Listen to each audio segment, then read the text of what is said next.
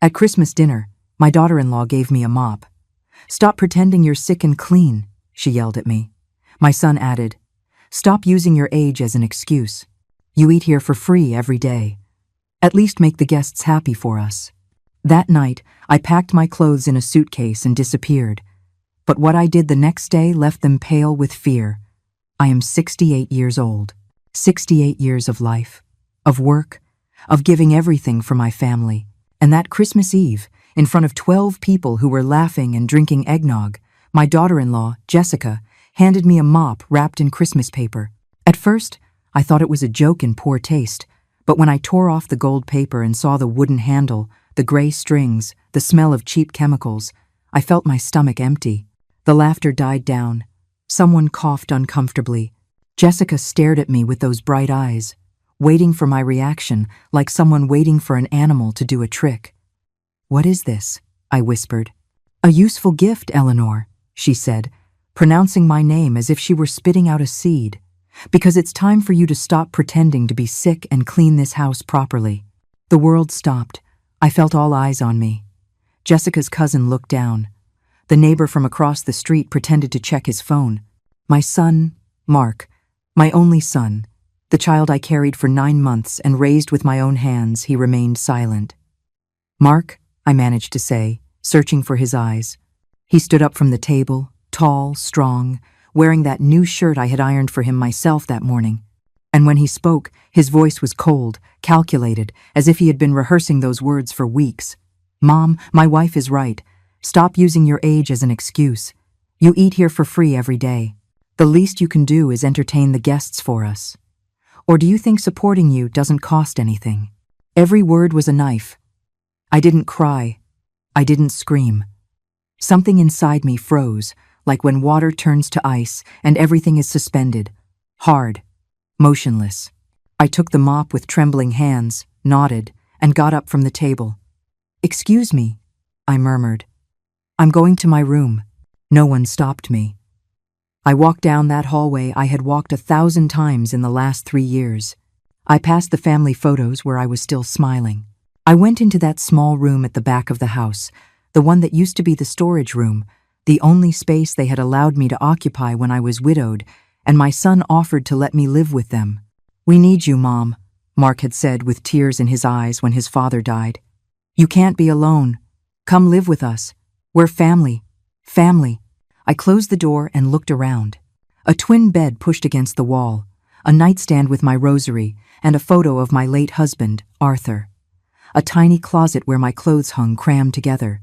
On the walls, water stains that no one had repaired because that room isn't a priority. 3 years living there, 3 years of being invisible. And that night, while they continued to toast and laugh outside as if nothing had happened, I pulled my old suitcase from the closet. That worn fabric suitcase I used on my honeymoon 46 years ago, when Arthur took me to Florida and we danced on the beach until the sun came up. I began to fold my clothes. Slowly, carefully. Each garment was a memory.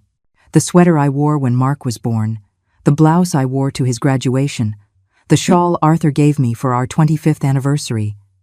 My hands were shaking, but not from sadness. They were shaking with rage. Because as I folded, I remembered. I remembered every snub, every comment, every look of contempt I had endured since I set foot in that house. I remembered when Jessica forbade me from using the living room. "It's for guests, not for you to sit in there knitting." I remembered when she yelled at me for using her shampoo. "That costs $30, Eleanor. Use the cheap kind on sale." I remembered when she made me eat in the kitchen because, in the dining room, only the people who work get to eat. I remembered Mark, seeing all of it and saying nothing. And suddenly, as I put my toothbrush in a bag, something fell from the back of the closet, a rusty tin box I had completely forgotten. The box where I kept important documents. I opened it. Inside were yellowed papers, old photographs, receipts, and a manila envelope with a lawyer's seal. I opened it with trembling fingers. Deeds. Deeds to a plot of land on the north side of the city, the land my parents left me when they died 30 years ago, the land that had been tied up in endless legal battles because my brother, Robert, had contested the will, and I, tired and focused on my family, had simply forgotten about it. How many years had that land sat abandoned? I didn't know. But as I read those papers, something lit up in my chest. A spark. A question. What if that land still existed? What if it was worth something? I put the documents in my purse. I finished packing. It was 2 a.m. when I closed the suitcase and sat on the bed one last time. Outside, everything was silent. The guests were gone. Mark and Jessica were surely asleep in their king-size bed, in their air-conditioned master bedroom, in their world where I didn't matter. I put on my coat. I grabbed my suitcase. I slung my purse over my shoulder, and I left. I didn't leave a note. I didn't say goodbye. I didn't make a sound when I closed the door. I simply disappeared. As I walked down the empty street, pulling my suitcase over the cold pavement, I looked back only once. The house was dark. The Christmas lights twinkled in the window as if everything were perfect. But I knew the truth. And in that moment, under the stars of that Christmas morning, I swore I would never be invisible again. If this story has touched your heart, subscribe to the channel to keep discovering real-life testimonies of survival, overcoming, and dignity. Because no one deserves to be treated as less. And now, let me tell you what happened after that night. Oh, what did I discover the next day that made my son and daughter-in-law tremble? What I found was more than just a forgotten piece of land. I walked 4 blocks before my legs gave out. I sat on a bench at a bus stop, gasping for air as if I'd run a marathon. The suitcase at my feet, the December cold biting at my bones, and for the first time in 3 years, I felt something I had forgotten. Freedom. It hurt. God, how it hurt. But it was mine. I pulled out my cell phone with shaking hands. 3 a.m. Who could I call at this hour? My friends from the old neighborhood hadn't sought me out in years. Mark had made sure to push me away, little by little. Mom, those women just gossip. Mom, it's better if you stay home. It's already dark. Jessica had been more direct. If you're going out, let me know. I don't want you snooping around telling people how we live here. I dialed the only number I knew by heart. My younger sister, Carol. She answered on the 5th ring, her voice sleepy and alarmed. Hello? Who is this? It's me, Carrie. Silence. Then a choked gasp. Eleanor? What happened? Are you okay?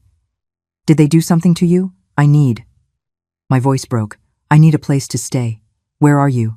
On Morello Street, near Mark's house. Don't move. I'm coming for you. Carol arrived 20 minutes later in her old red Chevy, the same one her husband, David, gave her 15 years ago. She got out of the car like a storm, wrapped in a floral robe with her hair disheveled. She hugged me so tight I could barely breathe. I swear I'm going to kill that son of yours, she whispered in my ear. I didn't answer, because if I had spoken right then, I would have fallen apart. The drive to her house was silent. Carol lived on the other side of the city, in a more modest but lively neighborhood. Narrow streets, brightly painted houses, dogs barking on rooftops. The complete opposite of the gated community where Mark lived, with its perfect lawns and electric gates. When we arrived, David already had hot coffee waiting. He sat me at their kitchen table, put a blanket over my shoulders, and didn't ask any questions. He just squeezed my hand. You're safe here, Eleanor. Carol sat across from me, her eyes shining with contained fury. Tell me everything, and don't you dare defend him. So I spoke. I told her about the 3 years. Not just the humiliation of that night, but everything else. The scraps they gave me to eat while they ordered $200 sushi. The times Jessica checked my closet to make sure I wasn't stealing. The day I got sick, and Mark told me, if you go to the doctor, you're paying for it. We're not your health insurance. I told her how I got up at 5 a.m. to clean the house before they woke up. How I cooked, washed, ironed. How Jessica once threw out all my food from the refrigerator because it takes up too much space and smells bad. I told her I hadn't bought new clothes in months. That my shoes were falling apart. That I had sold my gold earrings to pay for medicine when I had the flu. And Mark refused to give me money. I became their maid, Carrie. And the worst part is, I let them. Carol slammed the table so hard the cups jumped. I always knew that Viper was using you, from the day I met her with her fake nails and expensive perfume, but Mark breaks my heart. I changed his diapers when you were working double shifts. I took care of him when he had chicken pox. And this is how he repays you? David intervened with his calm voice. The important thing now is that Eleanor is okay. There will be time to settle accounts later. But Carol wasn't finished. Eleanor, do you remember the land? I froze. What land? Mom and Dad's. The plot they left you in the will. You never sold it, did you? The manila envelope. The papers in my purse. I forgot about it. There were legal problems with Robert. And then you got married. You had Mark. You dedicated yourself to your family. And you forgot you had something of your own, Carol finished. Eleanor, that land is in the northern suburbs. Do you know what's happened there in the last few years? I shook my head. It's the fastest growing commercial area in the city. They've built strip malls, apartment buildings, offices. That land you inherited, if it's still in your name, is worth a fortune. My heart pounded. But the legal issues were never finished. Robert fought for his share. Robert died 5 years ago, Eleanor. And when he died, his share was redistributed among the living heirs, that is, you and me. But since you were the main heir in the original will, if nobody else filed a claim, that land is yours. My hands were shaking. I took the papers out of my purse and spread them on the table. Carol read them carefully, running her fingers over the faded letters. We have to go see a lawyer tomorrow. Mr. Henderson, the one who worked with your husband. Is Mr. Henderson still working? He's 80 years old, but he's still sharp. And he knows you. Trust him. That night I slept in Carol's guest room. A soft bed, a window with clean curtains, a nightstand with a small porcelain angel. So different from that dark storage room where I had spent 1,000 nights feeling like an intruder. But I couldn't sleep. I just stared at the ceiling, remembering how Mark had changed since he married Jessica, how his visits became scarce after the wedding, how, when Arthur died and I was left alone in that big, empty house, Mark appeared with the perfect solution. Come live with us, Mom. You can't be alone. We need you. Did they need me? Or did they need someone to clean their house for free?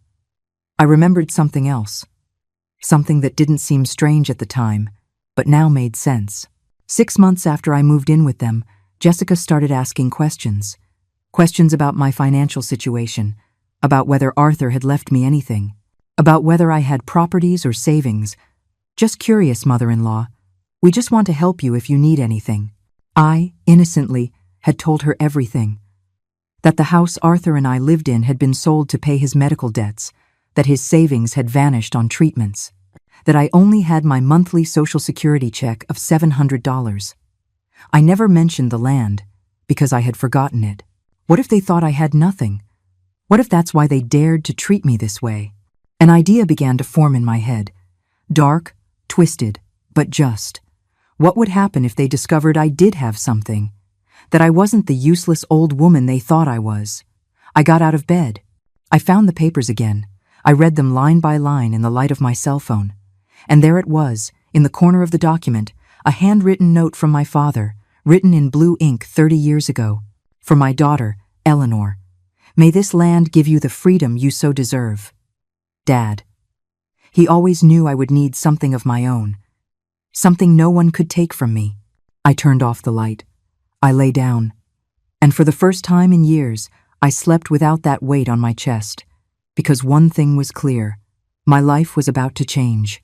The next day, when I entered Mr. Henderson's law office, I never imagined the news would be much bigger than I expected.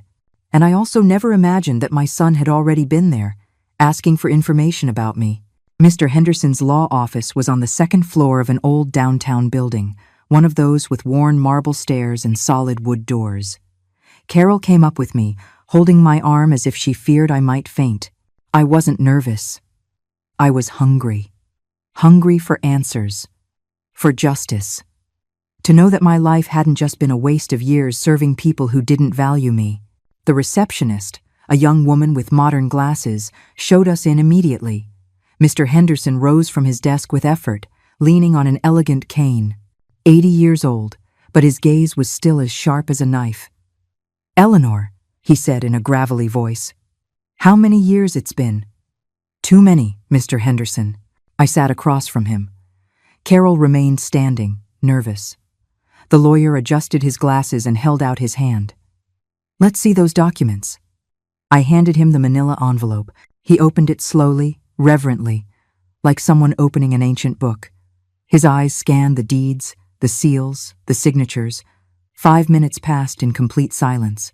Only the ticking of the wall clock and the sound of the pages turning. Finally, he placed the papers on the desk and looked at me intently. "Eleanor, do you know what you have here? A piece of land my parents left me.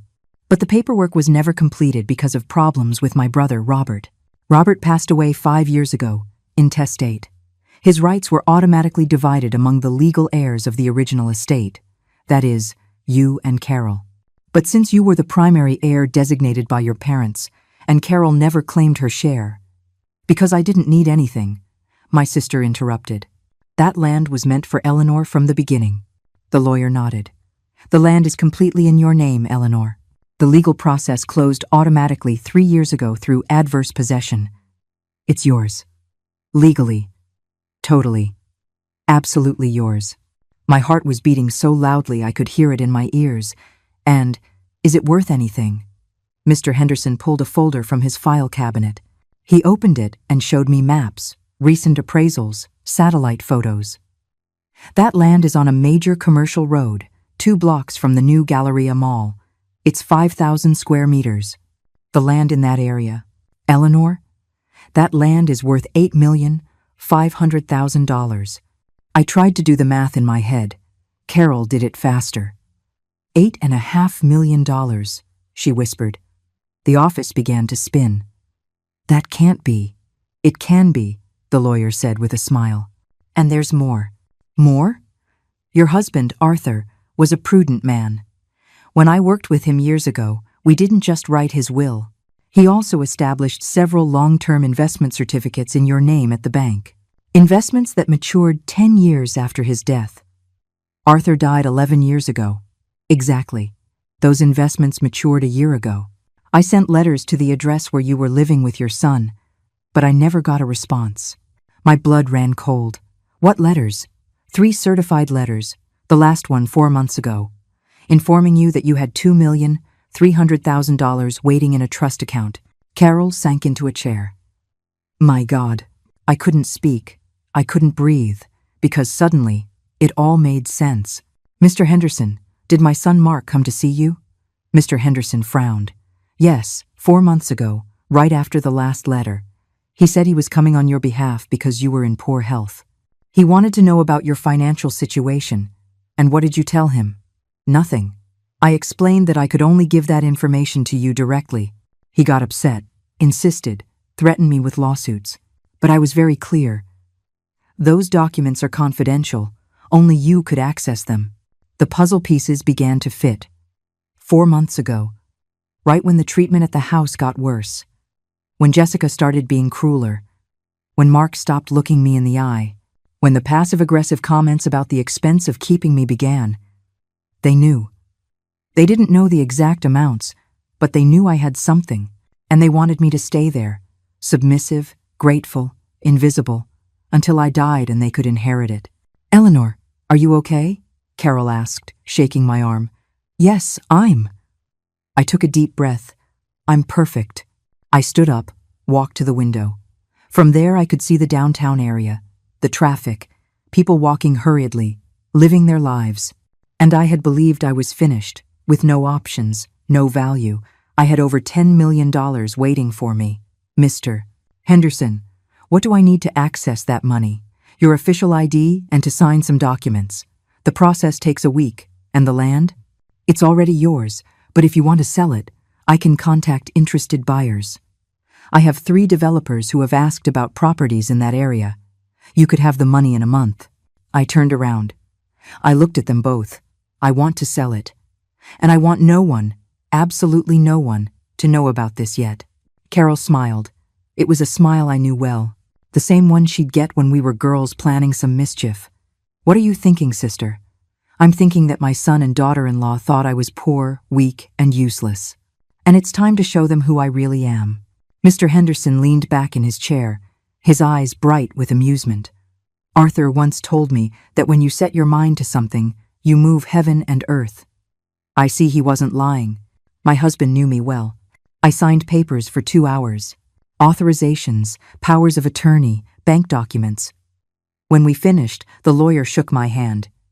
In 1 week, you'll have full access to your money, Eleanor. And in a month, if all goes well with the land sale, you will be a very wealthy woman. We left the office when the sun was already high. Carol hugged me right there on the street, not caring if people looked. I can't believe it. I can't believe that disgrace Mark treated you like that, knowing you had money. He didn't know how much. That's why he went asking. So what are you going to do now? I paused. The cold December air brushed my face. In the distance, a street vendor was yelling. A young couple walked by, holding hands. Life went on for everyone, and it would for me, too. First, I'm going to rest, to process all this. Then, I'm going to teach them that the worst decision they ever made was to underestimate a wounded mother. Carol looked at me with concern. Don't do anything crazy, Eleanor. I'm not going to do anything illegal, Carrie. I'm just going to give them a lesson they will never forget. That night, back at my sister's house, I sat in the guest room with my cell phone in my hand. I had 52 missed calls from Mark, 38 WhatsApp messages. I read every one. The first ones were angry. Where are you? Stop being dramatic and come back to the house. This is ridiculous. It's Christmas and you're making us look bad. If you don't come back, don't ever ask for help again. Then they changed to feigned concern. Mom, we're worried. Are you okay? It doesn't matter what happened. It's Christmas. Come back and we'll talk. Jessica feels terrible about what she said. It was the stress of the dinner. And the last ones. Pure manipulation. Mom, if you don't come back, we're going to have to report you as missing. You're putting us in a very difficult situation. People are asking, are you really going to do this to us? After everything we've done for you? I didn't answer any of them. Instead, I opened the camera and took a photo of myself. I was sitting in a comfortable bed with a cup of hot tea in my hands, a blanket over my shoulders. I looked tired, yes, but calm, at peace. I sent the photo to Mark with a single message. I'm fine. Stop looking. His reply came in seconds. Where are you? We need to talk. I turned off the phone because I had nothing left to talk to him about. Not yet. First, I needed to recover, to heal, to prepare. And when I was ready, when I held all the cards, then, yes, I would show them what it feels like when someone you love turns their back on you. But what I didn't know was that Mark and Jessica wouldn't just sit back, and what they did next was the straw that broke the camel's back. 3 days passed. 3 days in which I didn't answer a single call. 3 days in which Mark bombarded my phone with increasingly desperate messages. 3 days in which, for the first time in years, I slept through the night without waking up with anxiety. Carol treated me like I was made of glass. She made me breakfast. She walked with me in the park. She lent me her clothes because I had only packed the basics. David, her husband, never asked questions. He just squeezed my shoulder every time he passed by and said, "This is your home, Eleanor, but peace doesn't last when there are people who can't stand losing control over you." On the 4th day, Carol came into my room, phone in hand, her face pale. "Eleanor, you have to see this." She showed me her Facebook. Jessica had posted a photo of me, the one they had taken at Christmas dinner, right before they gave me the mop. I was sitting at the table, looking serious, my shoulders slumped. I looked exactly like what I was, a tired, aged, invisible woman. The text read, "This is hard to share, but I need to vent. My mother-in-law abandoned our home on Christmas Eve without saying a word. We welcomed her for 3 years with love. We gave her shelter, food, and care. But when we asked her to help with household chores, something normal in any family, she got offended and left. Now we don't know where she is. If anyone sees her, please let us know. We are very worried. Hashtags, toxic family, problematic mothers-in-law, Christmas." It had 143 comments. I read a few. Most were supportive of Jessica. "Oh, honey, how awful. Mothers-in-law are always such drama. That's how that generation is. They think they're owed everything. You did a lot putting up with her for 3 years. I couldn't have. But there were others who defended me. Wait, I was at that dinner. You're not telling them you gave her a mop as a Christmas gift in front of everyone. Are we really supposed to believe a woman in her late 60s left on a whim? Something else happened there. I know that family. The lady worked like a dog in that house and they never treated her well. Carol was furious. That witch is trying to make you look like the crazy one, like you're the problem. I said nothing. I just kept reading. Because among all those comments, one caught my eye. It was from Betty, my neighbor from the old neighborhood, the woman who used to sell me flowers every Sunday to take to Arthur's grave. Jessica, I've known Eleanor for 30 years. She is one of the kindest women I've ever met. If she left your house, it was for a very good reason. And the mop thing was a cruelty we all saw. Don't try to play the victim now. I felt something warm in my chest. There were still people who remembered me, who knew who I really was. Are you going to respond? Carol asked. No. What do you mean, no? She's dragging your name through the mud. Let her talk. Let her say whatever she wants. When the time comes, everyone will know the truth. But Carol was right about one thing. Jessica wasn't going to stop, and neither was Mark. That same afternoon, my son showed up at Carol's house. David answered the door. I was in the bedroom, but I could hear everything. The walls in that house were thin. I need to see my mom, Mark said. His voice sounded tense, controlled. She's not available, David replied firmly. She's my mother. I have a right to see her. She will decide when she wants to see you. Respect that. You don't understand. My wife is very upset. People are talking. We need to resolve this. What you need to do is reflect on how you treated her. There was a long silence. Then, Mark's voice changed. It became lower, more dangerous. Tell her that if she doesn't come back, we'll have to take legal action. Carol appeared at that moment. I heard her from the room. Legal action? What legal action, Mark? Your mother owes you nothing. She didn't steal anything. She did nothing wrong. She left because you and that woman treated her like trash. You don't know what happened in my house. I know you gave her a mop for Christmas.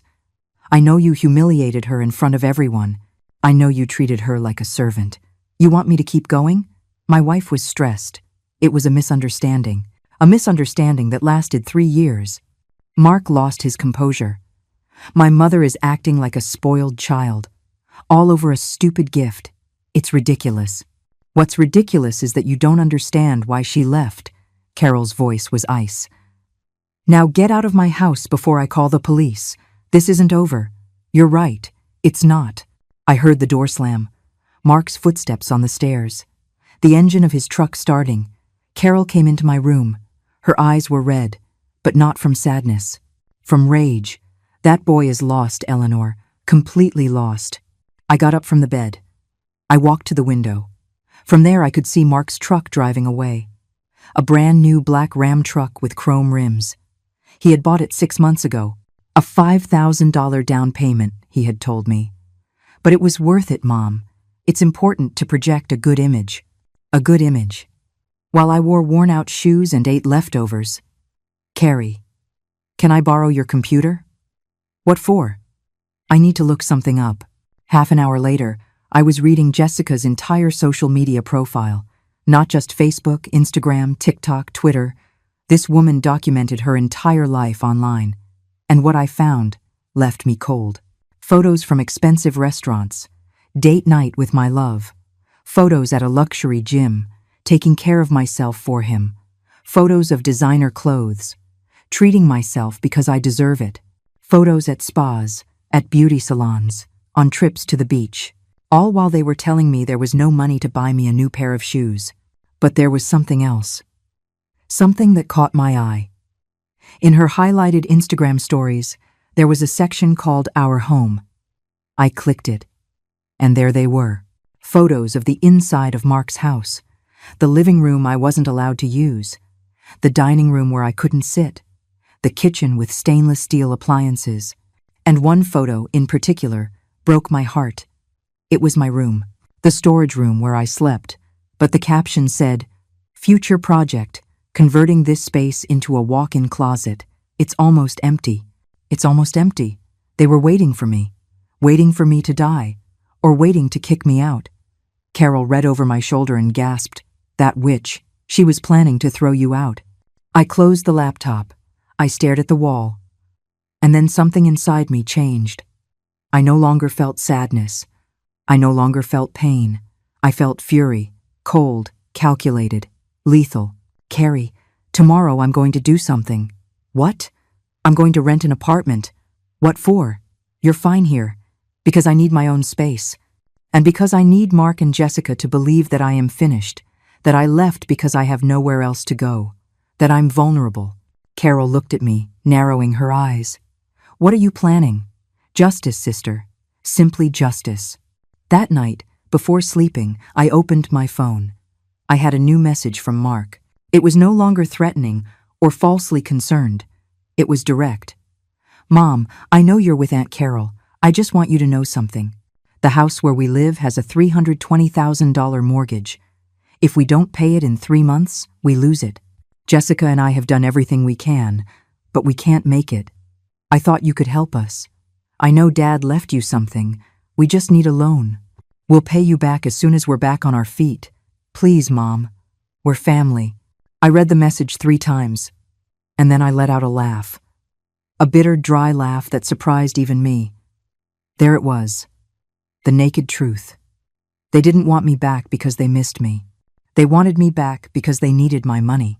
I replied calmly, choosing each word. "Mark, when you gave me that mop, you taught me that to you. I am only worth what I can do. Now you're writing to me because you need money. Do you see the pattern? I'm not your mother.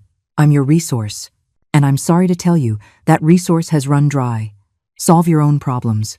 I sent the message. I turned off the phone. And for the first time in 3 years, I fell asleep with a smile on my lips. But what I didn't know was that Mark, desperate, would make a decision that would change everything. And when I found out what he did, I knew there was no turning back. The apartment I rented was in a quiet neighborhood, far from Mark's gated community. It was small. 1 bedroom, a small living room with an integrated kitchen, a full bathroom. Nothing luxurious, but it was mine. The walls were white. The windows overlooked a park where children played in the afternoons. And for the first time in years, I could breathe without feeling like someone was watching me. I moved in with the little I had. Carol helped me buy some basic things: plates, sheets, a coffee maker. She insisted on giving me a ceramic angel for the entryway. "To protect you," she said, hugging me. I didn't tell her about the money. Not yet. I wanted to keep everything secret until the right moment. A week after I moved in, Mr. Henderson called me. "Eleanor, come to the office. There's something you need to know." His voice sounded serious, worried. I arrived that same afternoon. Mr. Henderson was waiting for me with a blue folder on his desk. He looked older than the last time, as if something was weighing on him. "Sit down, please." Saturday. My heart was already pounding. "What is it, Mr. Henderson?" He opened the folder and took out some papers. They were copies of applications, official forms with stamps. Mark came by again 2 days ago. This time, he brought a lawyer. They tried to file a petition for conservatorship against you. The word hit me like a fist. Conservatorship? They wanted to declare you mentally incompetent to make financial decisions. They argued that you have severe cognitive decline and that you abandoned your home for no apparent reason. The goal was for Mark to be named your legal guardian so he could manage your assets. The world stood still. But I'm perfectly fine. I know. That's why I rejected the petition immediately and warned them that if they tried anything like that again, I would report them for attempted fraud. But Eleanor, this is serious. Your son is desperate, and a desperate person is capable of anything. My hands were shaking. I hid them under the table. Why is he so desperate? Mr. Henderson took out more papers. Bank statements, public records. I did a little research, with your implicit authorization as my client. The house where Mark lives has a $320,000 mortgage with the bank. They are 4 months behind on payments. The bank has already begun foreclosure proceedings. In 2 months, if they don't pay, they lose the house. He told me.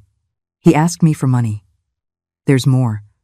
Jessica has $70,000 in credit card debt. They're flagged by the credit bureaus as high risk, and 3 months ago they applied for a personal loan that was rejected. Every word was another piece of the puzzle. So, when did the treatment toward me get worse? According to my records, I sent the first letter about your investments 8 months ago. Mark came asking 4 months ago. Did the abuse increase during that period? I closed my eyes. I remembered. The worst humiliations had started about 6 months ago. The comments about me being a burden, the food restrictions, the Christmas mop. Yes, it all got worse in those months. Because they knew you had money, but they couldn't access it. They tried to keep you submissive, dependent, grateful, and when that didn't work, when you left, they panicked. Mr. Henderson took off his glasses and looked me straight in the eye. Eleanor, you need to protect yourself, legally, now. How? First, we're going to draft a new will. One that makes it very clear you are of sound mind and making your own decisions freely. Second, we're going to appoint witnesses to certify your mental state. And third, we are going to proceed with the sale of the land as quickly as possible, before Mark tries to block it. Can he do that? He can try. He can file baseless lawsuits that delay the process. That's why we must act quickly. We spent 3 hours in that office. I signed documents. I gave recorded testimonies. Mr. Henderson brought in 2 independent witnesses, a doctor and a social worker, who evaluated me to certify that I was mentally competent. When we finished, I was exhausted, but also relieved. The land is sold, Mr. Henderson said as he put the papers away. The development company accepted the offer. $8,500,000.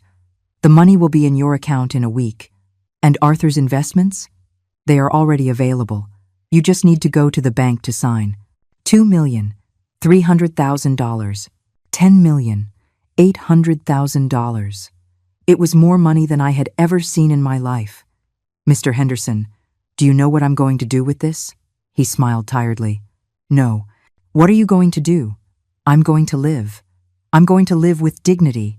And I'm going to teach my son and that woman that a mother's love is not bought, not begged for, and not trampled on.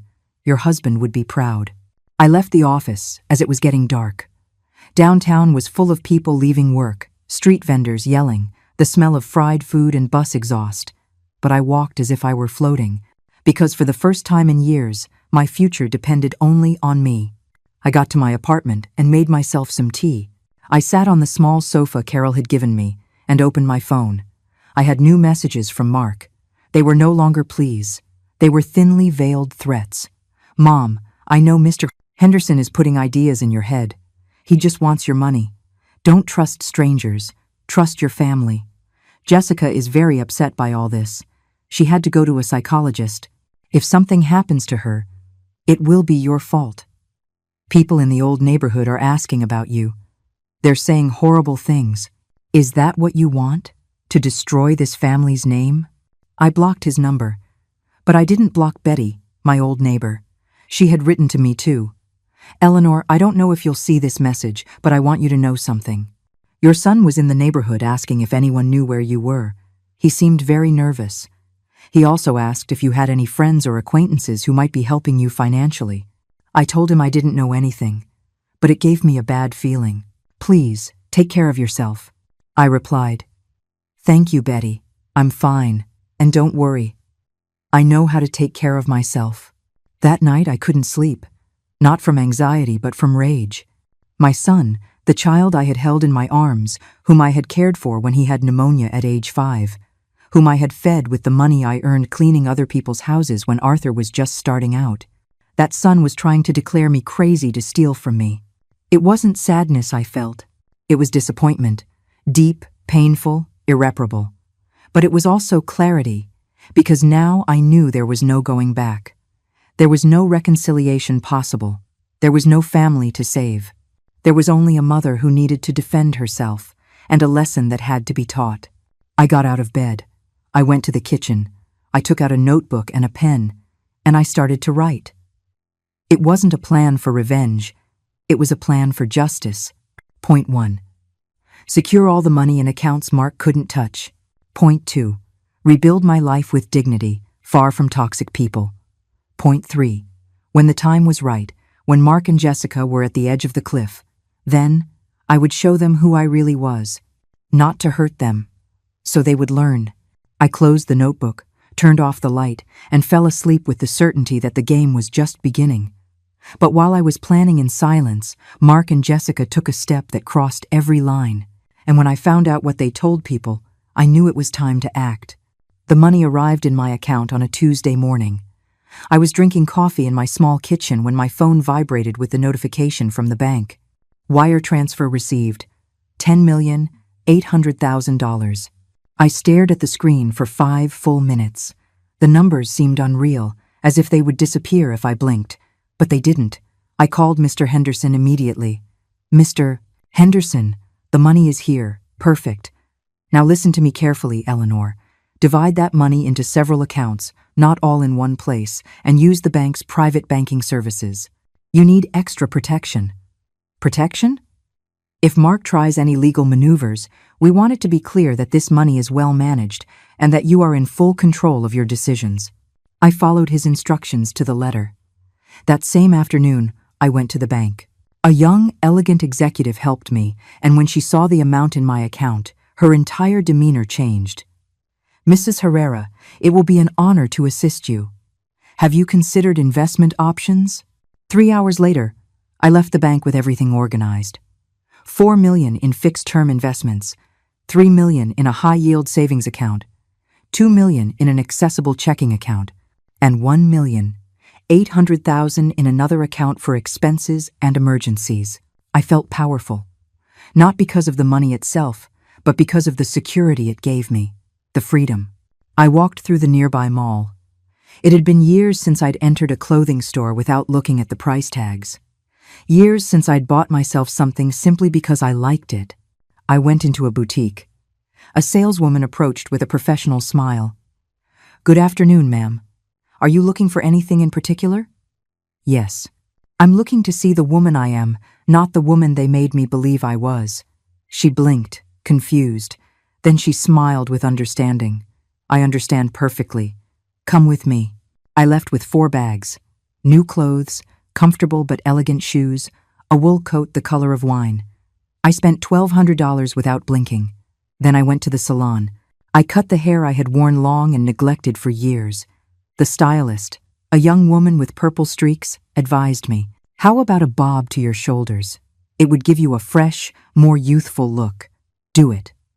2 hours later, I left with a modern cut, my hair colored to cover the gray, feeling 30 years younger. Back in my apartment, I saw myself in the elevator mirror and didn't recognize the woman looking back at me. That woman stood up straight, her gaze firm, a slight but confident smile on her lips. That woman no longer asked permission to exist. The following days were about reconstruction. I joined a book club that met on Thursdays at the local library. There I met Beatrice, a 72-year-old woman with a sharp wit and a contagious laugh. "Eleanor, right? Carol told me about you," she said as we had coffee after the session. "You know my sister? For years. She told me what you went through. And let me tell you something. Any child who treats his mother like that doesn't deserve the name he carries." I liked her immediately. It was Beatrice who, 2 weeks later, gave me the information that changed everything. We were at her house, drinking chamomile tea and eating oatmeal cookies, when her face turned serious. "Eleanor, I need to tell you something, but you have to promise me you won't do anything crazy." My heart skipped a beat. "What is it?" "Jessica has been saying things, ugly things." "What kind of things?" Beatrice took out her phone and showed me a WhatsApp group. It was called Val Dorado Gated Community Neighbors.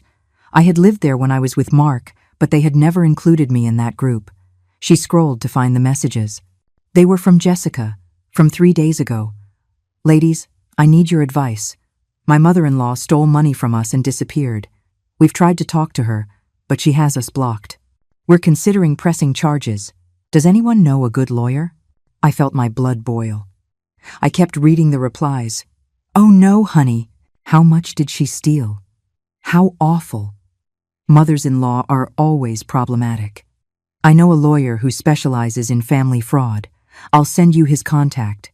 But there were other messages too. Messages that surprised me. Jessica, I saw how you treated your mother-in-law.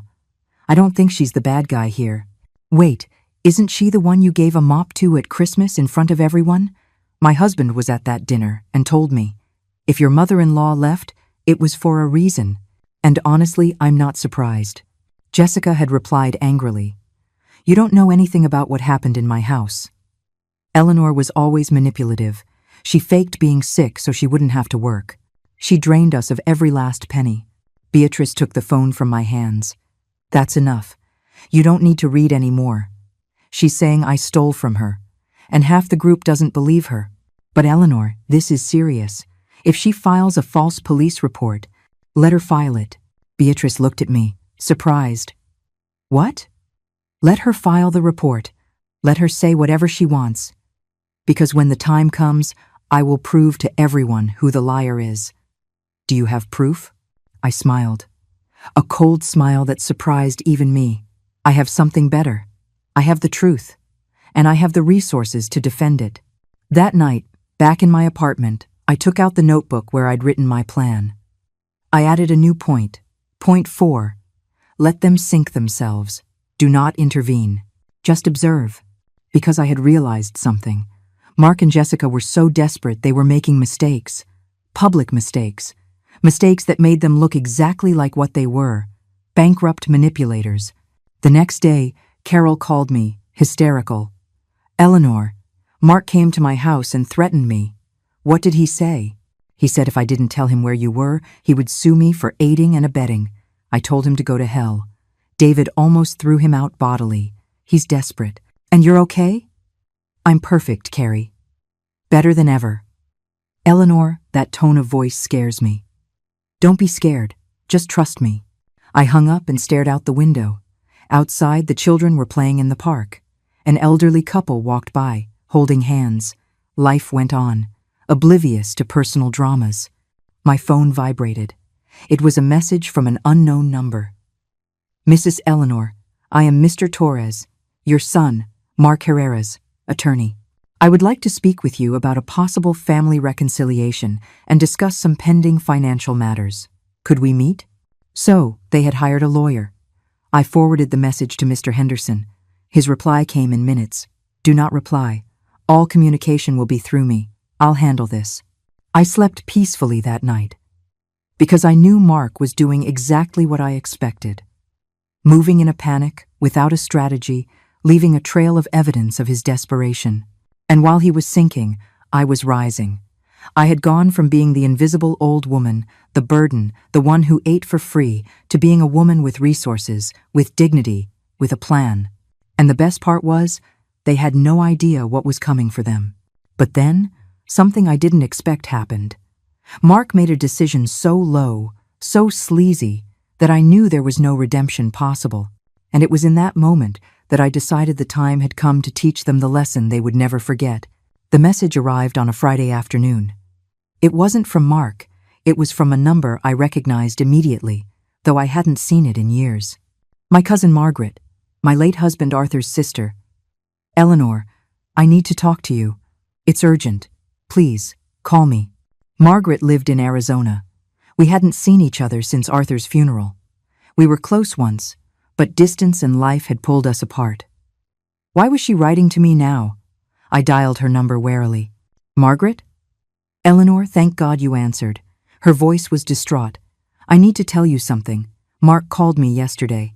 My blood ran cold. What did he say? He told me you're very sick, that you have advanced dementia and you ran away from home, that they're desperately looking for you because you need medication and special care. He asked me to tell him immediately if I heard anything from you. I closed my eyes. I breathed deeply. Margaret, did you believe him? There was a long pause. At first, yes. I was terrified. But then I thought, if Eleanor is that sick, why hasn't Mark filed an official report? Why hasn't he gone to the police? So I called you to find out the truth. The truth is, I am perfectly healthy. What I have is recovered dignity. I told her everything. I omitted nothing. The mop, the abuse, the humiliations, the conservatorship attempt, the lies. Margaret listened in silence, and when I finished, I heard her sobbing. Arthur would be spinning in his grave if he knew. He adored Mark, but he adored you too. He always said, "Eleanor is the strongest woman I know, but she acts gentle so she doesn't hurt anyone." Your brother knew me well. What are you going to do? Something I should have done a long time ago.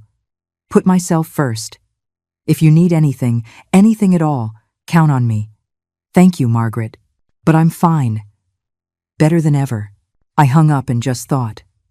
Mark was calling all our relatives, planting the seed that I was sick, crazy, incapacitated, preparing the ground to justify whatever legal action he wanted to take. He was smart, but not as smart as he thought.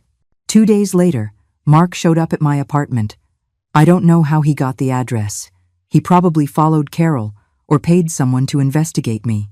But there he was, knocking on my door on a Sunday morning. I looked through the peephole. He looked haggard. Dark circles under his eyes. He had lost weight. The shirt he was wearing was wrinkled. I didn't open it right away. I let him knock 3 more times. Then, calmly, I slid the deadbolt. "Mom," his voice broke. "Thank God you're okay." I didn't return the hug he tried to give me. I stepped aside and let him in. My apartment was small but dignified, clean, organized, with fresh flowers on the table. A completely different world from that storage room where they had kept me. Mark looked around, wide-eyed. "You live here?" "Yes, it's mine, rented with my own money." "But how? Where did you get?" "Sit down, Mark." He sat on the small sofa. I remained standing. I wasn't going to give him the advantage of height. "What do you want?" "Mom, I came to ask for your forgiveness." Tears started to roll down his cheeks. "I know we messed up. I know we treated you badly. Jessica was stressed with work, with the house expenses, and I was under a lot of pressure too, but we never wanted to hurt you." What a performance, almost convincing. And the mop? It was a horrible mistake. Jessica has cried 1,000 times over it. She's destroyed. She's been to a psychologist, to therapy. She realizes she was wrong. "I see. Mom, please. We're family. We can't end like this." I sat down across from him. I looked him in the eyes. Those eyes that had looked at me with adoration as a child and now only reflected desperation. "Tell me the truth, Mark. Why did you really come here?" He looked down. "We're in trouble." "What kind of trouble?" "The house? We're going to lose it. The bank already gave us the final notice. If we don't pay $180,000 in the next 3 weeks, they foreclose. We'll be on the street." There it was, the naked truth. "And what do you expect me to do?" Mark looked up, and in his eyes, I saw something that broke my heart. Not remorse, hope. Hope that I would save him. "Mom, I know Dad left you money. Mr. Henderson wouldn't tell me how much, but I know there's something. We just need a loan. We'll pay you back as soon as we're back on our feet. I swear to God. And if I don't lend it to you?" "Mom, we're your family. I'm your only son. My only son gave me a mop for Christmas and told me I ate for free. I already apologized for that." "Your apology doesn't erase the pain, Mark." He stood up, disparity. "Then what do you want? For me to kneel? For me to beg? I'll do it. Whatever it takes. But please help us." I looked at him for a long moment, and then I did something that surprised myself. I pretended to hesitate. "I don't know, Mark. It's a lot of money." I know. But we'll pay you back. With interest if you want. I need to think about it." "How much time do you need?" "A week." His face lit up. He really thought he had convinced me. "Thank you, Mom. Thank you. You don't know what this means to us." I walked him to the door. Before he left, he tried to hug me again. This time I let him, but his hug felt like what it was, the trap of a desperate hunter. When he left, I called Mr. Henderson. "Mr. Henderson, Mark came to ask me for money. Did you tell him no?" I told him I'd think about it. Silence on the other end. "Eleanor, what are you planning?" "I'm going to give them what they want. But with conditions." "What kind of conditions?" "My conditions." The next few days were meticulous preparation. Mr. Henderson and I designed a document, a family loan contract with very specific clauses, and a new, ironclad will, with witnesses and medical certifications stating I was of sound mind. I also did something else. Something that hurt, but was necessary. I hired a private investigator. I need you to find out everything about my son and his wife's financial situation, I told the man, a 50-year-old guy with a face that had seen it all. Debts, expenses, bank movements, anything you can legally obtain. Are you looking for anything specific? I want to know if they've lied about anything, if there are hidden expenses, if there's anything that doesn't add up to their sob story. The investigator delivered his report 5 days later, and what I found confirmed everything I needed to know. Jessica had spent $12,000 in the last year on cosmetic treatments, designer clothes, and trips. Mark had bought an $8,000 motorcycle 3 months ago that he was hiding at a friend's house. They had completely renovated their master bedroom and bathroom with $20,000 in luxury finishes, all while telling me they didn't have money for my shoes. I put the report in a folder, and I waited. On Saturday, Mark returned, this time with Jessica. She wore a simple dress, no makeup, her hair pulled back, trying to look humble, repentant. "Eleanor," she said with a trembling voice, "I know I don't deserve your forgiveness. What I did was unforgivable. But I swear I've changed. I've been in therapy. I've worked on myself. I'm just asking for one chance to prove it to you." What a great actress. "Sit down," I said. They sat together on the sofa, holding hands, the perfect couple in crisis. I took out the documents Mr. Henderson had prepared. "If I'm going to lend you this money, it will be under my conditions." "Whatever they are," Mark said immediately. "First, this is a loan, not a gift. You will sign a legal promissory note. You have 2 years to pay it back with 10% annual interest. Perfect. Second, as collateral, the house will be put in my name until the loan is paid in full." Mark turned pale. "Mom, that's what happens when you borrow money. It's called collateral." Jessica squeezed his hand. "It's okay, Mark. The important thing is not to lose the house. Third," I continued, "if you miss a single payment, I take possession of the property immediately. No appeals." "Mom, that's so harsh. Life is harsh, son. Do you accept or not?" They looked at each other. Jessica nodded first. Mark, his jaw tight, also nodded. "We accept, then sign." They signed. Every page, every clause. Mr. Henderson had come as a witness, along with Carol and David. When they finished, Mark looked at me with watery eyes. "Thank you, Mom. You don't know how much this means." "Oh, trust me," I said, with a smile they didn't like. "I know exactly what it means." I transferred them the $180,000 that afternoon. They left my apartment relieved, thinking they had won. But they didn't know that I had just set the perfect trap, because in that contract there was a clause they hadn't read carefully, a clause that said, "In the event the debtor is found to have lied about their financial situation or made luxury expenditures during the loan period, the loan becomes due in full immediately." And I had an investigator's report that proved exactly that. Carol looked at me when everyone had left. "Sister, what did you do?" "I gave them enough rope to hang themselves. And now, I wait. And when the time is right, I cut the rope." What Mark and Jessica didn't know was that my revenge wouldn't be loud. It would be served cold, legal, and devastatingly effective. And when it came time to collect, no one was going to save them. 6 weeks passed. 6 weeks in which Mark and Jessica paid off the mortgage arrears and breathed a sigh of relief, believing they had saved their perfect world. 6 weeks in which I dedicated myself to completely rebuilding my own. I enrolled in yoga classes. I started walking in the park every morning. I rediscovered my passion for painting, something I had abandoned when I got married. I bought canvases, brushes, oil paints, my small apartment filled with color. Beatrice became my confidant. We had coffee every Thursday after the book club, and she listened without judging. "You look different, Eleanor," she told me one day. "Like you've had a weight lifted off your shoulders." "I've lifted several million, to be exact." She let out a laugh that made the whole coffee shop turn. But it wasn't all peace. Mark called me every week, always with the same fake tone of a repentant son. "Mom, how are you?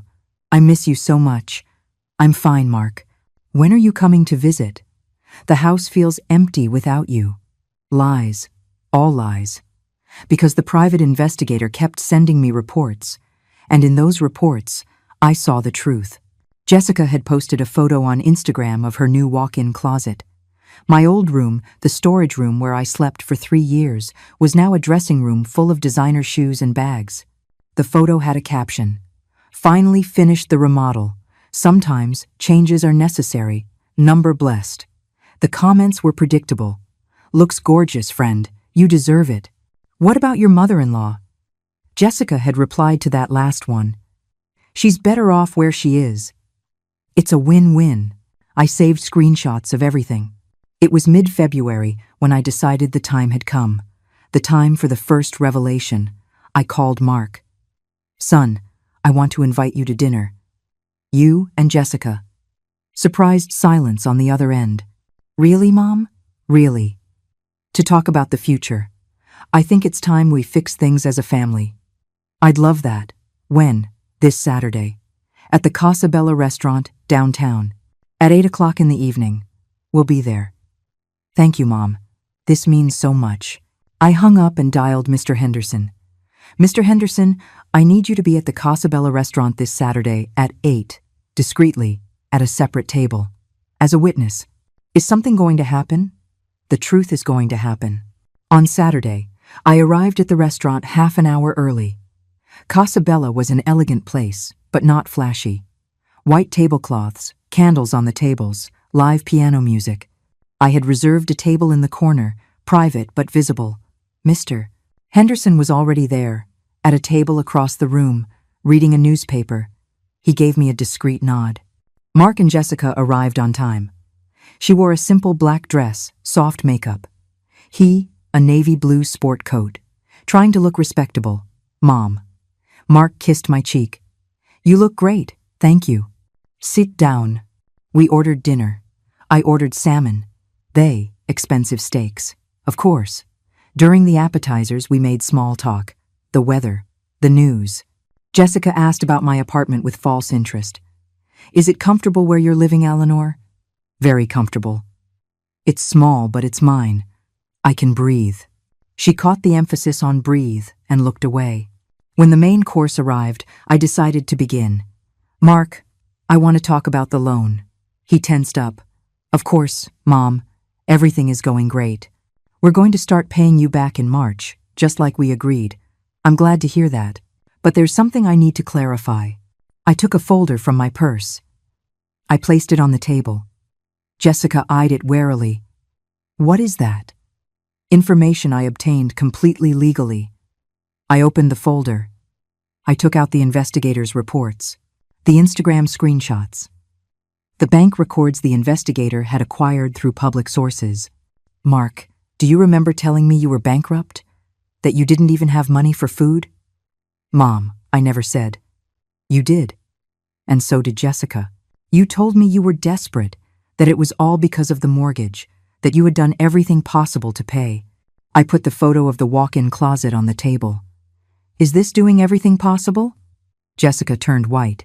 That's old. It's dated 3 weeks ago. Right after I lent you the money." I put down more photos.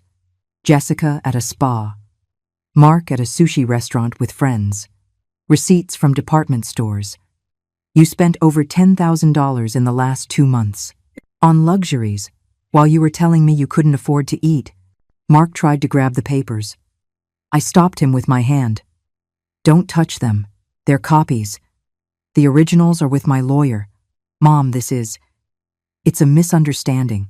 "A misunderstanding?" My voice rose just enough for the nearby tables to turn. "Is lying to me a misunderstanding? Is treating me like trash while you live like royalty a misunderstanding?" Jessica tried to stand up. Mark pulled her back down. "Eleanor, it's not what it looks like. Sit down," I ordered. Something in my tone made her obey. "I'm going to tell you something I should have told you a long time ago. You didn't need me. You used me. You had me for 3 years cleaning your house, cooking your food, enduring your humiliations. And when I was no longer useful as a servant, you wanted me to be useful as a bank. Mom, please. I'm not finished, Mark. I stood up. I looked down on them. Do you know what it feels like to have your own son tell you that you eat for free? To treat you like you're a burden? I gave you life. I took care of you when you were sick. I worked double shifts to pay for your college. And you paid me back with a mop. Tears began to roll down my cheeks, but not from weakness, from liberated rage. That mop was the best gift you ever gave me, because it woke me up. It made me see that I was worth more than what you made me believe. Mark's face was red. If you hate us so much, why did you lend us the money? I smiled, a cold smile that made Jessica flinch. Because I wanted to teach you a lesson, and because I wanted you to sign a contract that now has you exactly where I want you. What are you talking about?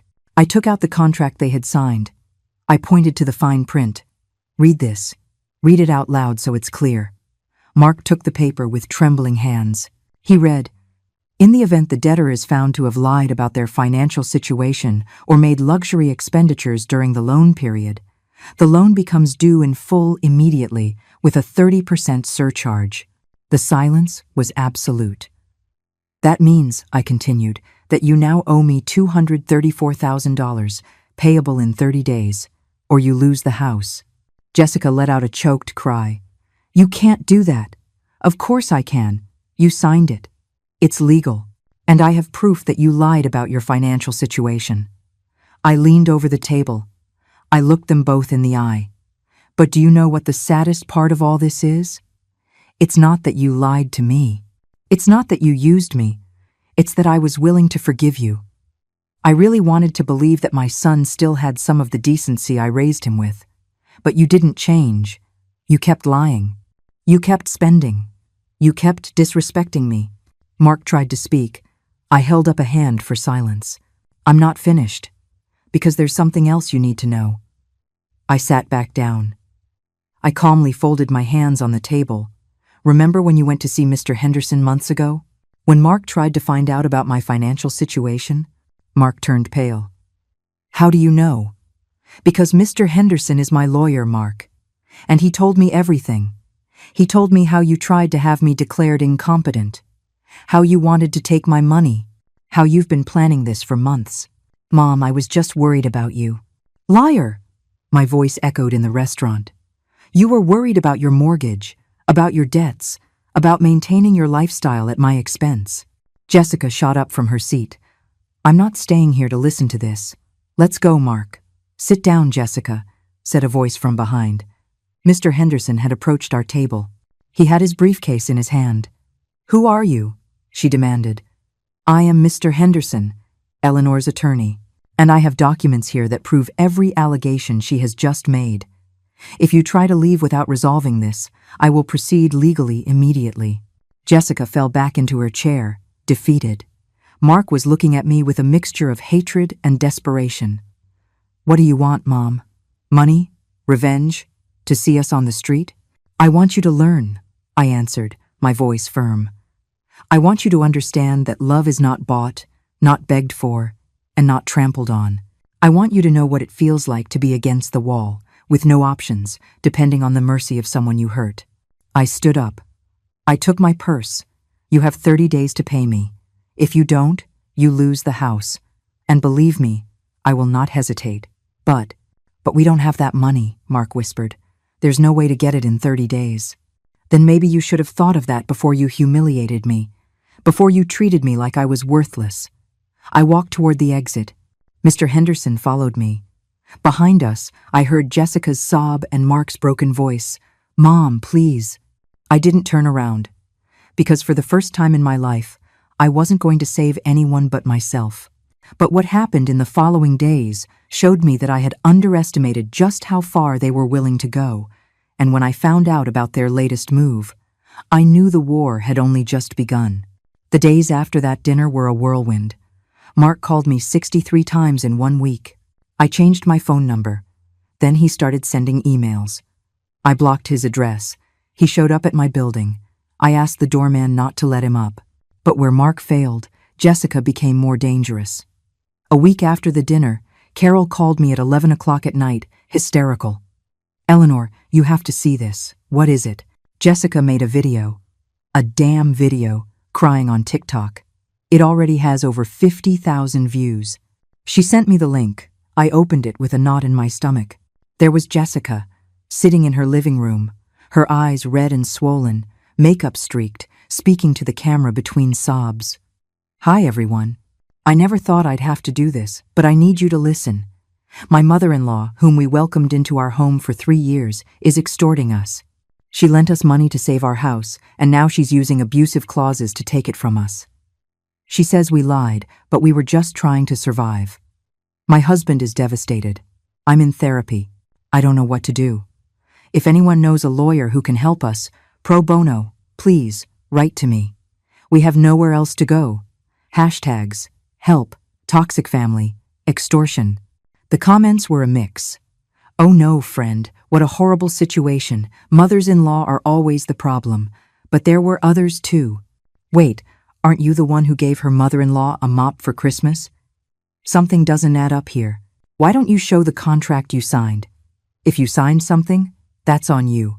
Don't blame others." I lay back on my bed, breathing deeply. Jessica was playing the public victim card. She was smart, but I had learned to be smarter. The next day, I went to Mr. Henderson's office with a proposal. "Mr. Henderson, I want to do this right. I want everything to be legal, transparent, irrefutable. What do you have in mind? I want to make a final offer, a real chance for them to pay, but with witnesses, recordings, everything documented, so that when the time comes to take the house, no one can say, 'I didn't give them options.'" Mr. Henderson smiled with approval. "You are much smarter than they think. We prepared everything meticulously. A formal meeting at the law office with a notary public present, with everything recorded on video for legal purposes. I sent the summons to Mark through the lawyer. Meeting on Friday, March 10th, at 10 o'clock in the morning, at the law office of Mr. Henderson. Attendance is mandatory per the terms of the contract. A proposed solution will be discussed." They arrived on time, but they looked finished. Mark had lost more weight. He had deep, dark circles under his eyes. Jessica wore her hair in a simple ponytail, no makeup, simple clothes, trying to look vulnerable. The conference room was formal. A long mahogany table, leather chairs, a recorder on the table, a camera on a tripod. The notary public, a 60-year-old man with thick glasses, was already seated, reviewing documents. "Good morning," I said when they entered. They didn't respond. They just sat on the other side of the table. Mr. Henderson began. "We are here to discuss the outstanding debt of $234,000 that Mr. Mark Herrera and Mrs. Jessica Herrera owe to Mrs. Eleanor. This meeting is being recorded for legal purposes. Any objections?" "None," Mark muttered. "Good. Mrs. Eleanor, you have the floor." I leaned forward, my hands clasped on the table. "Mark, Jessica, I have summoned you here because I am going to do something you may not deserve, but that I need to do for my own peace. I'm going to give you one last chance." Mark looked up, hopeful. "What kind of chance? You have the full debt, $234,000. I know you can't pay it, but I'm going to offer you something. I am going to forgive the 30% surcharge. The debt reverts to its original amount, $180,000. Mom, I'm not finished. You have 90 days to pay that amount, 3 months. If you succeed, the house reverts to your name, and I will walk away from your lives completely." 3 months is still impossible," Jessica said, her voice trembling.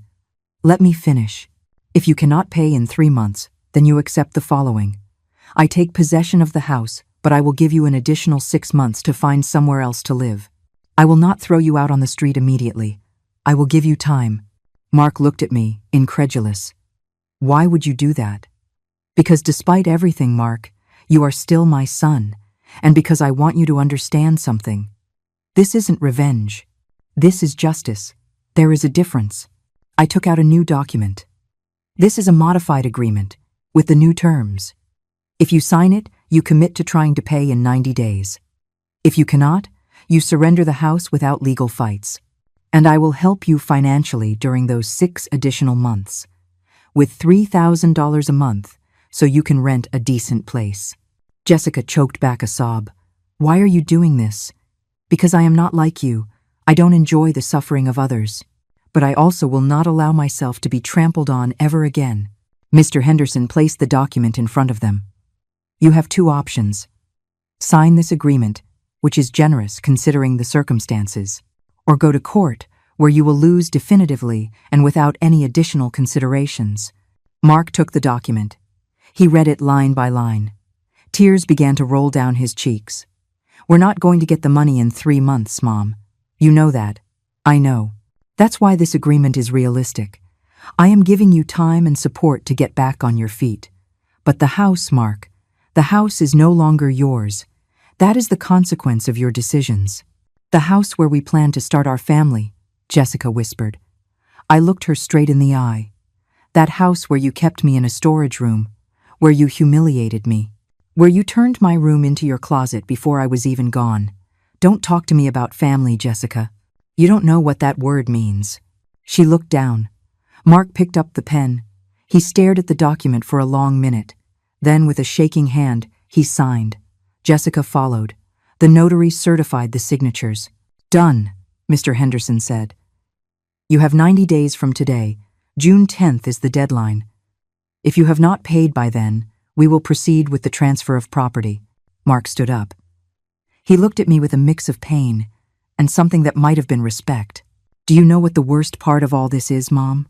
What? That you were right about everything, and I was too blind to see it. You weren't blind, Mark. You were just selfish. They left the office in silence. When the door closed, Mr. Henderson leaned back in his chair. You were generous. I was fair. And now? Now, I wait. And I live my life. The next 3 months were the most peaceful I'd had in years. I enrolled in a painting class at a local gallery. My instructor, a young artist named Leo, told me I had a natural talent. I sold my first painting for $300.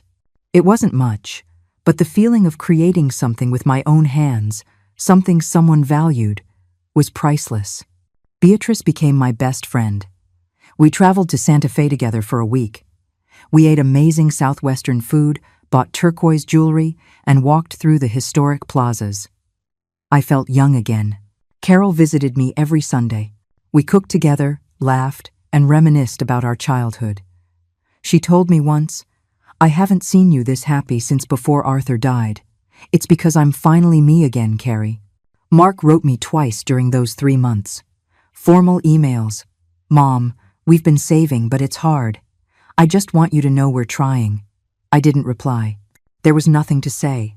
On June 9th, one day before the deadline, Mr. Henderson called me. Eleanor, Mark just deposited $200,000. I froze. What? I don't know where he got the money, but he did. He deposited the full amount, $200,000. He even overpaid the required amount. How is that possible? You'll have to ask him. I called Mark. He answered on the first ring. Hello, Mom. Where did you get the money? He let out a long sigh. We sold everything. The motorcycle, Jessica's car, jewelry, furniture. I took loans from friends. My boss advanced me 6 months' salary. And we sold the walk-in closet. Every bag, every shoe, every designer thing. Everything. Jessica agreed to that. Jessica is in real therapy now. Not for show, but for real. When she saw we were going to lose everything, something changed in her. Or maybe she just realized what actually matters. There was a long silence. Mom, I know money doesn't erase what we did. I know you'll probably never forgive me. But I want you to know something. These last 3 months were the worst of my life, and also the most important. Because I understood what it feels like to be desperate, with no options, depending on someone's mercy. I understood what we made you feel for 3 years. Tears began to roll down my cheeks. Mark, I don't expect you to forgive me. I just hope that one day when you see me, you don't feel pain. That would be enough for me. He hung up before I could answer. And so, we reached the end of this story. But the true closing was still missing. The moment where I decided what to do with everything I had gained and everything I had lost. 3 months later. It was September. The air was starting to turn crisp in the mornings. The dogwood trees were blooming in the park across from my apartment, painting the sidewalks white. I was on my small balcony, drinking coffee and painting a canvas, a landscape from Santa Fe I had photographed on my trip with Beatrice. The warm colors made me feel at peace. My phone vibrated. It was Mr. Henderson. "Good morning, Eleanor. Do you have time today? There's something we need to discuss. Did something happen?" "Nothing bad. I just need you to come to the office." I arrived an hour later. Mr. Henderson was waiting for me with a mysterious smile and a folder on his desk. "Sit down. I have news." "What kind of news?" He opened the folder and took out documents. "Mark and Jessica have complied with everything religiously. They paid the full debt 3 months ago, but they've also been depositing additional money into an escrow account, $50 a week, as a sign of commitment," they said. I was speechless. Why would they do that? "I think they've really changed, Eleanor. Or at least, they're trying." I looked at the bank statements. Sure enough, there were the deposits. Small but constant. 20 weeks in a row. "There's something else," Mr. Henderson continued. "Mark asked me to give you this." He handed me an envelope. I opened it with trembling hands. Inside was a handwritten letter, Mark's handwriting. The one I had taught him when he was 6 years old. "Mom, I know a letter doesn't erase 3 years of abuse. I know money doesn't buy forgiveness. But I need you to read this, even if you never want to speak to me again. Jessica and I sold the house. Yes, even though we had already paid the debt, we decided to sell it. We couldn't keep living in a place that represented everything we did wrong. Every room reminded me of how we treated you. The dining room where we wouldn't let you sit. The living room we forbade you from using. That storage room where we kept you as if you were nobody. We sold the house for $700,000. We paid off the rest of the mortgage. And with what was left over, we did something that I hope will make you feel. I don't know if proud, but at least less disappointed. We donated $200,000 to a shelter for elderly people suffering from family abuse. In your name. The shelter is now called Eleanor's House. We also bought a small apartment. No luxuries. 2 bedrooms, a simple living room. We're learning to live with less. And you know what we discovered? We're happier this way. Jessica is working. She gave up her obsession with appearances. She sells baked goods from home. She makes pies and cakes. She's doing well. I'm still at my job, but now I save every dollar. We have no more debt. Mom, I will never stop regretting what I did. Every night before I go to sleep, I think about that mop, about your face when we gave it to you, about how we humiliated you. And it hurts so much I wish I could turn back time. But I can't. I can only try to be better. I'm not asking you to forgive me. I'm only asking that one day, if we pass each other on the street, you don't cross to the other side. That would be enough. With love and eternal shame, Mark. The tears were streaming down my face, unchecked. Mr. Henderson quietly passed me a tissue. "Is it true? About the shelter?" I asked in a broken voice. "Completely true. I helped with the legal paperwork. The shelter exists. It's already operational.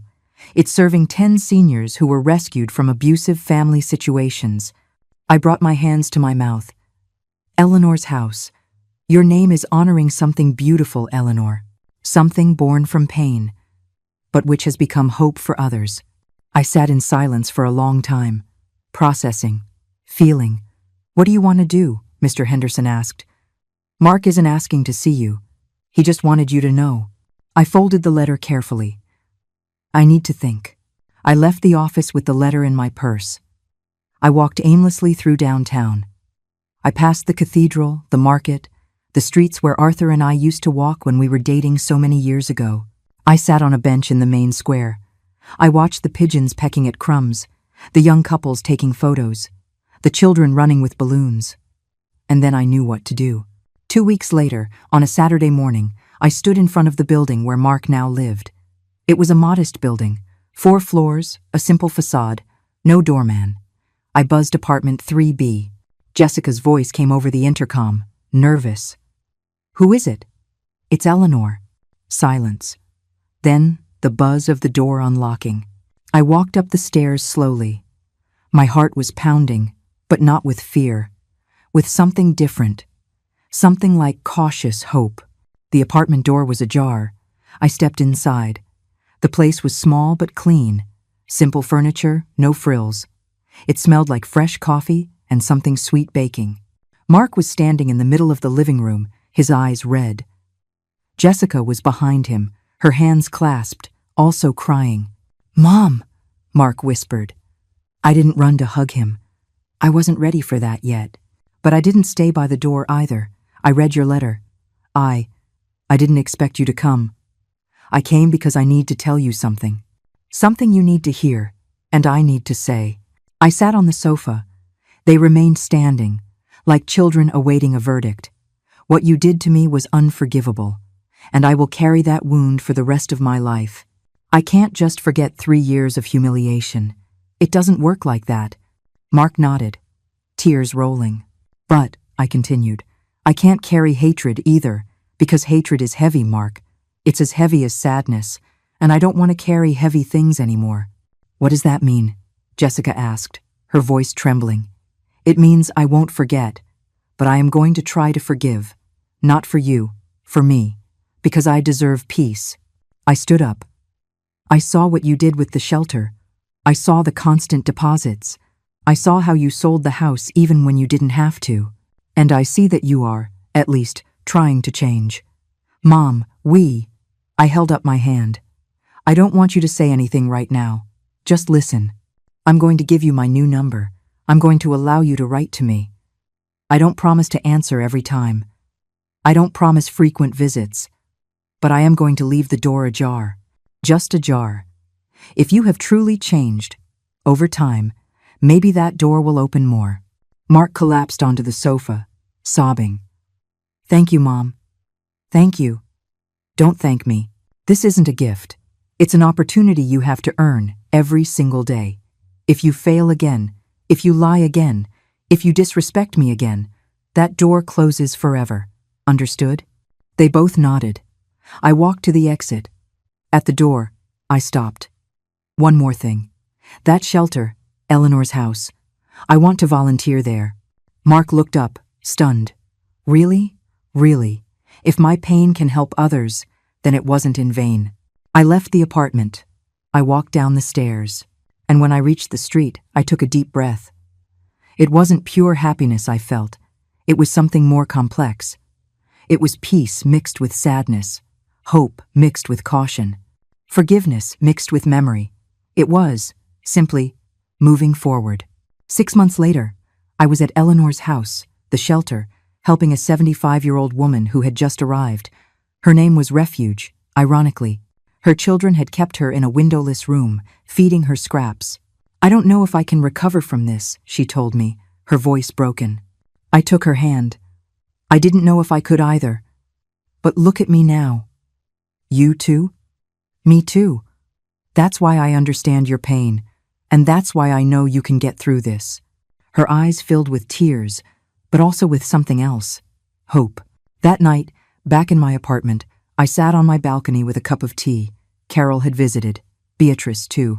We had dinner together, laughed, and planned a trip to Charleston for December.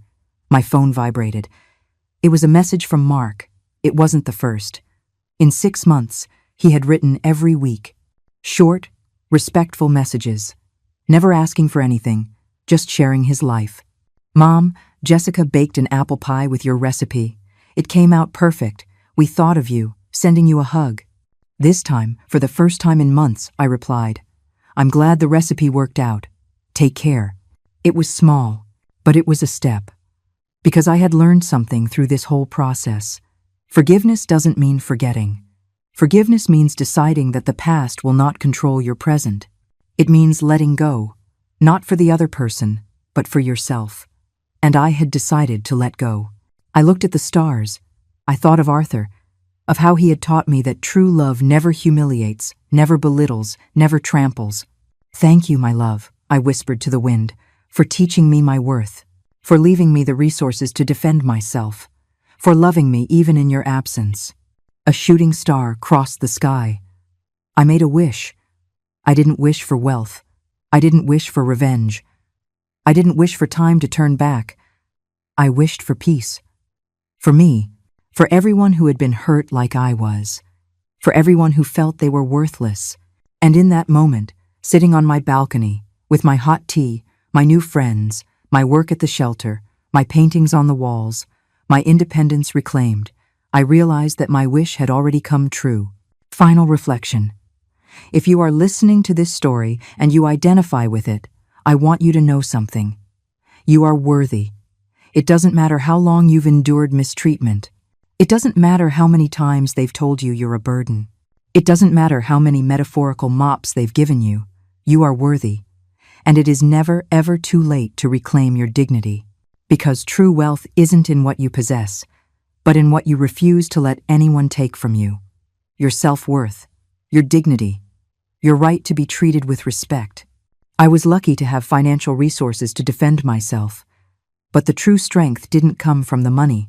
It came from understanding that I deserved more, and that understanding costs nothing. It is available to everyone.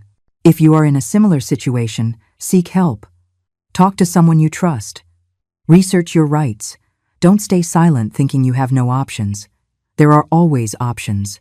And if today you feel invisible, remember, the strongest people are those who learn to shine after being put out. I was put out for 3 years, but now I shine with my own light. And you can too. My name is Eleanor. I am 69 years old, and this is my story of how a Christmas mop became the best gift I ever received because it woke me up. Sometimes, the worst moments of your life are the beginning of your best chapter. You just have to have the courage to turn the page. If this story touched your heart, if it made you reflect, if you know someone who needs to hear it, please share it. Leave a comment telling me where you're joining us from. Give it a like if you believe that respect for our elders is non-negotiable. And subscribe to keep listening to stories of life, overcoming, and reclaimed dignity. Because we all deserve to be treated with love. But above all, we all deserve to treat ourselves with love. Until the next story. And remember, it's never too late to start over. End.